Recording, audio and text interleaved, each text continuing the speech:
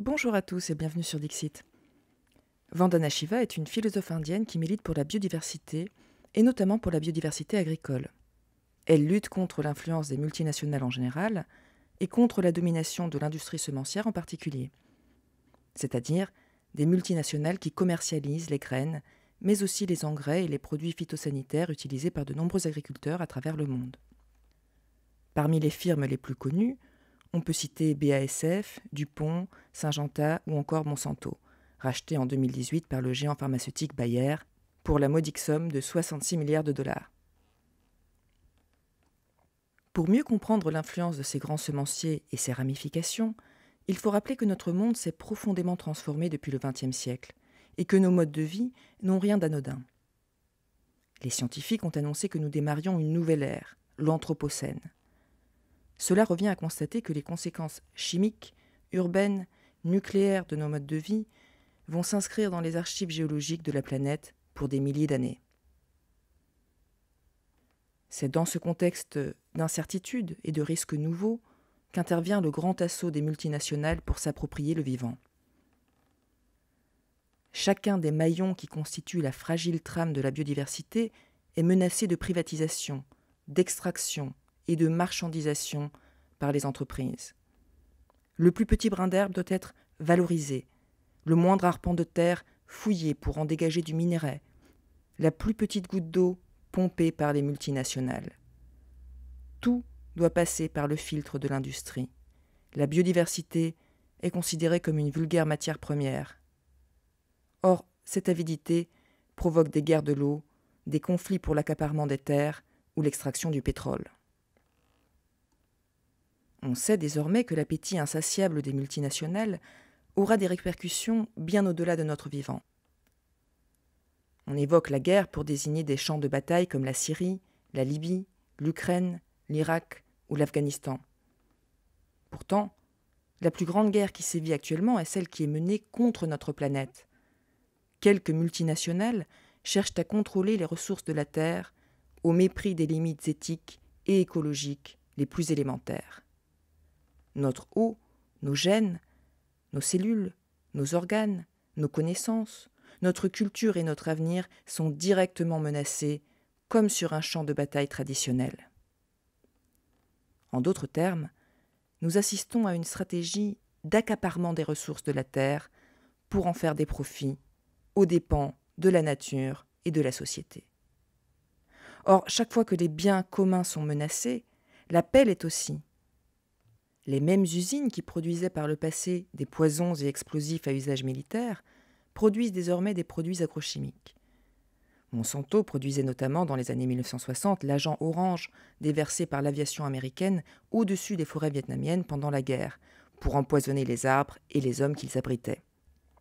Outre les nombreux cancers et malformations provoqués à l'époque, bien d'autres apparaissent aujourd'hui encore. Les produits phytosanitaires, c'est-à-dire les pesticides, ont donc une origine militaire. Les pesticides trouvent leurs origines dans les armes chimiques. C'est en utilisant le chlore pendant la Première Guerre mondiale, dans le gaz moutarde par exemple, que les propriétés insecticides des composés chlorés ont été mises en évidence, puis déclinées ensuite, avec notamment le DDT, un insecticide largement diffusé avant d'être interdit. Plus tard, l'ingénierie génétique a prétendu apporter une alternative aux produits toxiques. En réalité, cela a entraîné une utilisation accrue de pesticides et d'herbicides.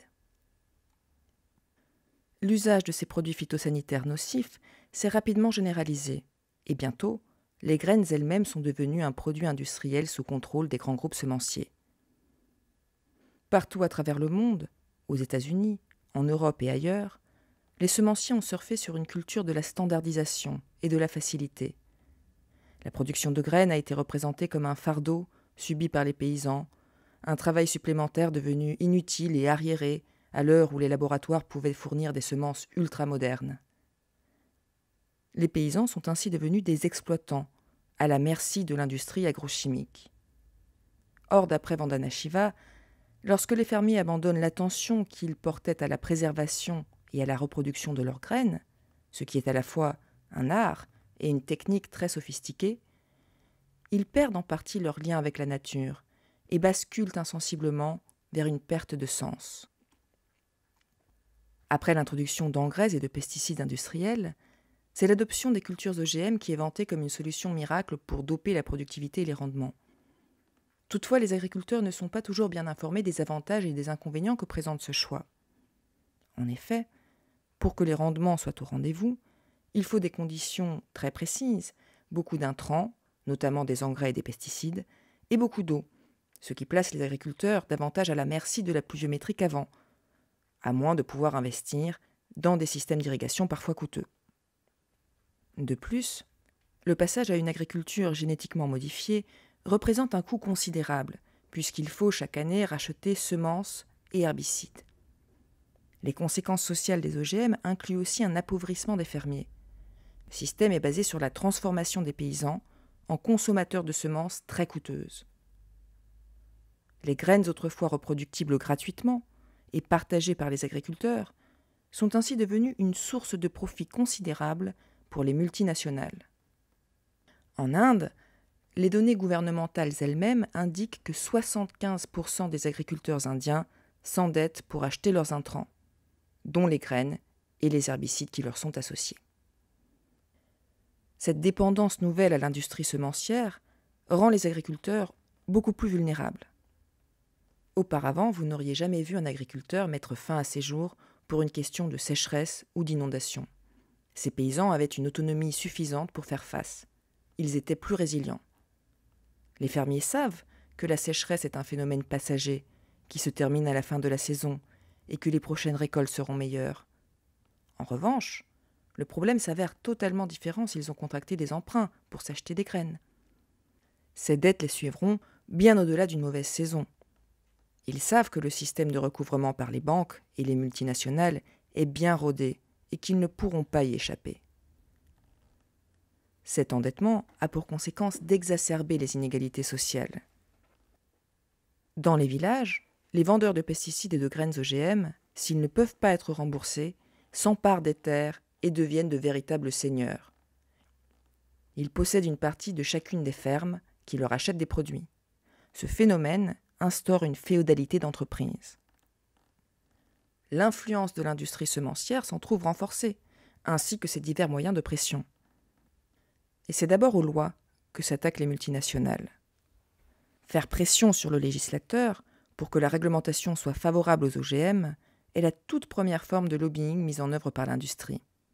Par exemple, aux États-Unis, les grandes firmes agrochimiques, et notamment celles qui sont spécialisées dans les biotechnologies, ont consacré 547 millions de dollars à leurs opérations de lobbying auprès du Congrès entre 1999 et 2009.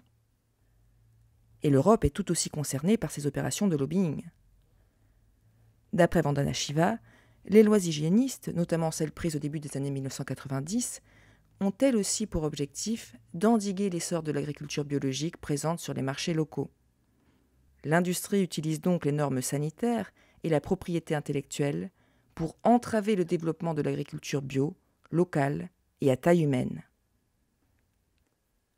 En théorie, ces multinationales devraient être freinées dans leurs ambitions par les gouvernements. Le devoir des dirigeants n'est pas de mettre la planète à la disposition des entreprises, mais d'assurer la bonne gestion des graines, des sols, de l'eau, etc. Ils doivent s'assurer que l'alimentation est produite dans de bonnes conditions pour l'environnement et la société. Néanmoins, l'influence des lobbies est telle que les États bien souvent facilitent, voire imposent, la domination des géants de l'agro-industrie. Ce détournement de la démocratie est une conséquence directe des profits engrangés par ces multinationales. Les entreprises peuvent investir des sommes colossales dans le lobbying, ce qui leur confère une puissance disproportionnée. La première méthode employée par les multinationales est donc d'influencer les lois à travers des lobbies grassement payés. La seconde méthode consiste à effacer les frontières entre l'industrie et l'administration publique. La seconde méthode, pour faire pression, prend la forme d'un jeu de chaises musicales qui conduit d'anciens salariés de Monsanto à être recrutés par l'administration américaine, y compris au poste de juge. En Europe, c'est la même chose pour l'Autorité européenne de sécurité des aliments. Ses membres sont tantôt dans l'administration, tantôt dans une entreprise. En 2013, une enquête de l'Observatoire de l'Europe industrielle a montré qu'en moyenne, sur 10 membres des groupes de travail, 6 ont des liens avec l'industrie. Enfin, la bataille autour des études scientifiques est une autre forme de pression. En somme, les grands semenciers n'hésitent pas à prendre littéralement le contrôle des journaux scientifiques. Cette influence dans le secteur scientifique est relayée par un faisceau d'organisations publiques et privées qui favorisent les intérêts du secteur agro-industriel. Par exemple, le Service international pour l'acquisition d'applications agricoles biotechnologiques est l'un des organismes à la source de ces informations fausses qui circulent à travers le monde. Il a pour objectif l'adoption des OGM par les pays du tiers-monde, sous couvert de réduire la pauvreté via l'amélioration de la productivité agricole. À quoi s'ajoute l'influence plus générale exercée par le lobby agro-industriel à travers les médias de masse proches des milieux d'affaires. Des médias qui se gardent bien d'alerter les consommateurs sur les coûts cachés des produits industriels qu'ils consomment. En effet, d'après Vandana Shiva, l'idée que l'alimentation des supermarchés serait moins chère est totalement fausse, car elle ne tient pas compte des coûts cachés colossaux qu'implique l'alimentation industrielle.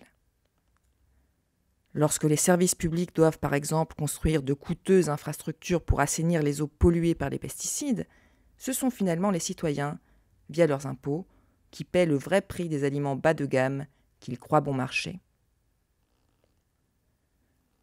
Concrètement, les marges de profit considérables réalisées par les géants de l'agro-industrie ne sont possibles qu'au prix d'un véritable saccage environnemental qui se fait aux frais des générations futures. Les multinationales ne se contentent pas d'influencer les lois, elles les enfreignent allègrement quand la législation leur paraît trop contraignante. En parallèle, le public est soigneusement maintenu dans l'ignorance du coût réel, tant économique qu'écologique, des produits qu'il consomme. L'information est un circuit fermé où les grandes entreprises construisent de toutes pièces les messages véhiculés par les médias. Ceux qui exploitent sont aussi ceux qui disent au reste du monde que cela ne fait souffrir personne. Cette insularité croissante de l'action des entreprises représente la menace la plus importante pour la démocratie. Le contrôle de l'information, que nous avons déjà eu l'occasion d'aborder avec Noam Chomsky, permet donc aux firmes transnationales de détourner les regards de leurs agissements criminels. Mais si les multinationales peuvent agir avec autant d'impunité, c'est aussi parce qu'elles ont largement bénéficié de la globalisation de l'économie. La mondialisation a envoyé aux entreprises un message selon lequel on peut échapper aux conséquences de ces actes. Elles jouent à une échelle mondiale qui leur permet de s'affranchir des règles nationales ou de les démanteler. Ces firmes se sentent toutes puissantes face aux hommes et à la nature. Loin de constituer un rempart pour les citoyens face au comportement prédateur de ces multinationales, l'État consent, voire encourage au pillage des ressources communes qu'il a pour mission de protéger. Ainsi, les États soutiennent de plus en plus les firmes dans leur démarche d'accaparement des ressources.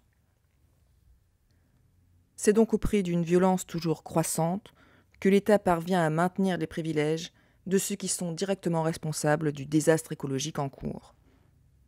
Un pouvoir associant État et industrie émerge pour imposer ses priorités à la planète et aux populations.